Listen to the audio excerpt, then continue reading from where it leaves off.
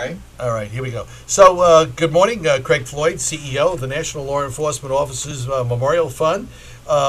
With me today, just so you know, you can see him, Craig. We got John Checo's with me here in the office. How are you, we John? kind of did a dual host thing here going on today. So, Craig, you've made some national news, and from the former and I guess active members of the law enforcement community, let me just say thank you for all the work that you're doing. Give us a report back on the groundbreaking of the National Law Enforcement Museum. Well, it was a very historic moment, obviously, October 14th of this year. Just a couple weeks ago, we did break ground on the first ever National Law Enforcement Museum here in the United States. Congress had authorized this museum to be built back in 2000 at our request, and they gave us the land right across the street from the National Law Enforcement Officers Memorial here in our nation's capital, just a few short blocks from the U.S. Capitol, a place called Judiciary Square, and that's where that museum will be built, and construction has now officially commenced. We had the Secretary of Homeland Security, Janet Napolitano. We had the Attorney General of the United States, Eric Holder. We had the House Majority Leader, Steny Hoyer, a great friend of ours and law enforcement in this country, and Tommy Griffiths, a Boston police officer. He and three of his brothers actually became Boston police officers soon after their brother Sherman Griffiths was killed in the line of duty back in 1988. So it was a historic day. We then had a great gala celebration that night across the street from our memorial and museum site at the National Building Museum. We had about 800 people in attendance, all of our major sponsors and supporters, as well as a lot of law enforcement officers and leaders, as well as survivors of the fallen. So it was quite a celebration. What a milestone. Took us 10 years of determined effort to get to that point. Machinery is getting ready to roll onto the site now and begin the first year of construction, which is really utility relocation work and site preparation work. Nothing too sexy, I'm afraid, but something that has to occur before we can actually begin the big dig, the excavation of the museum site, and then, of course, the building of the structure itself. We're talking about a 3-year construction process ahead of us. So still a few years away from opening that museum, but groundbreaking was certainly a long-awaited, momentous occasion.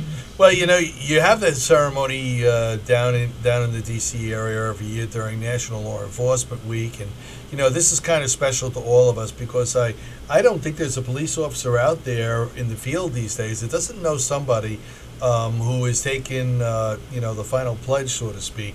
And has died in the line of duty. I know myself, I've been a pallbearer at a number of different funerals up here in New York City, and it is a sad occasion. But you know, this brings a very positive side to everything that's going on, and I think there's somebody upstairs who would be very, very happy with you, Mr. You know, Craig Floyd. Mario Biaggi would be looking at you right now, and he'd be saying, "Hey, you did the right thing. All right, and thanks for hanging in there with the program." I think he'd be very, very proud of everything that you're doing. Well, he has been, and I should note that it's funny you mentioned him. Just last week, October 26th, in fact, he celebrated his 93rd birthday. Yep. So the congressman remains with us.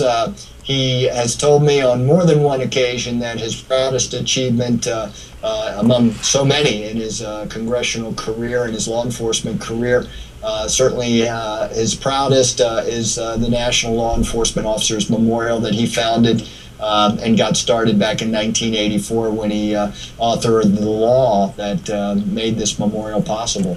Well, there you go. I mean, you know, that is talk about a legacy. That's a terrific legacy to have. All right.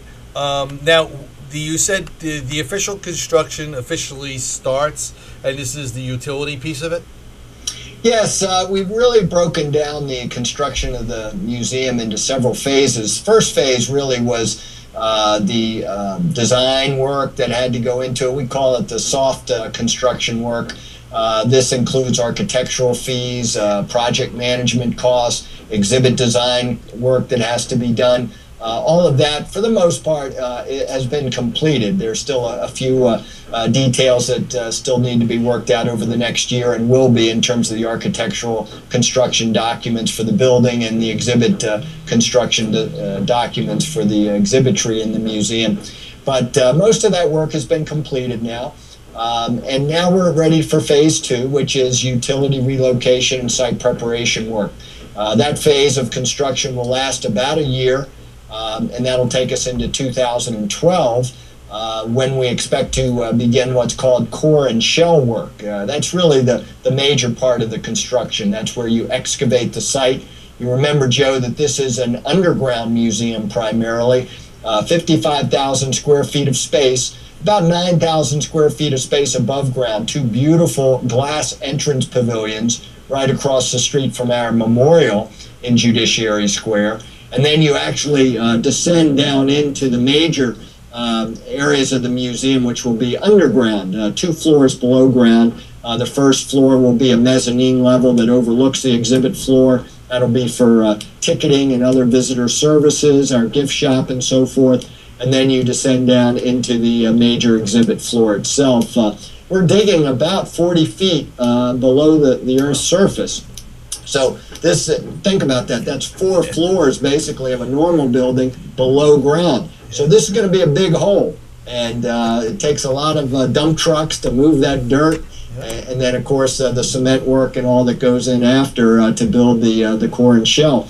And then the final phase of work will begin around September of 2013. It's called furnishing and fit out. That's where obviously you put the finishing touches on the interior spaces. That's when we'll be installing the exhibits and getting everything ready for our visitors.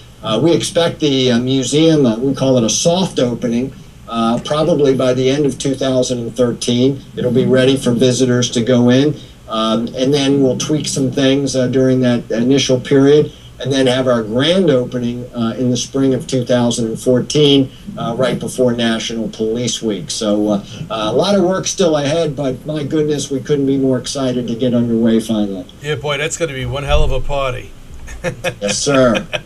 That is going to be one hell of a party. That should be a lot of fun. So I just wanted to note on the program today, your staff had mentioned that the Baltimore City Fraternal Order of Police Lodge 3 donation and pledged $100,000, which is just a terrific effort by them down there. I think you'd acknowledge that yourself. And they're the 47th, if I'm getting this correct, the 47th major law enforcement organization to donate to the museum. Is that all correct? Did I get that right?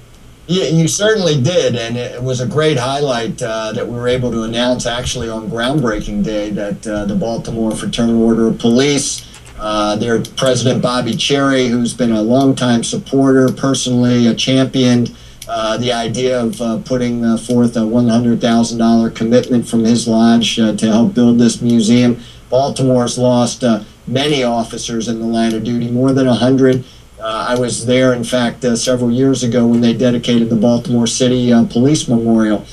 Too many names on that memorial, and all of them, of course, on our national memorial. We want to tell their stories, and so Bobby and his members in Baltimore City FOP Lodge came up with the commitment. And I think it's interesting, Joe, that when you total up all the contributions from law enforcement organizations across this country and individual officers, we've identified more than 850 law enforcement groups that have now contributed to the museum campaign, totaling more than $13.5 million in donations to the cause. I remember my old boss, Mario Biaggi, you mentioned him earlier, telling me a joke as we started this campaign. He said, you know, he's a former cop, so he can get away with this. He said cops are so cheap that when they pass the offering plate on Sunday, they tend to flash their badges as the offering plate comes by. But I have to say, you know, while that's good humor,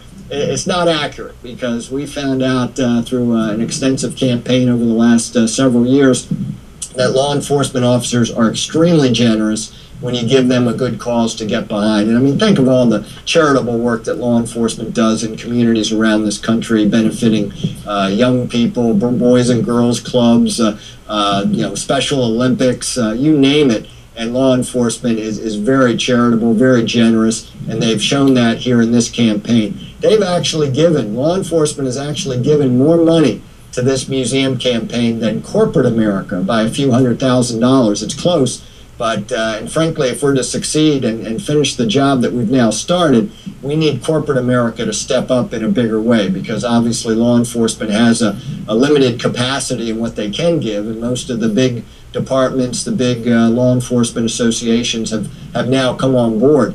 There's still a few that we're waiting on, and I'm sure we'll see them come on board here shortly. But we need corporate America to step up in a bigger way than they have already. Over 13 million raised from corporate America, but we'd like to see a lot more.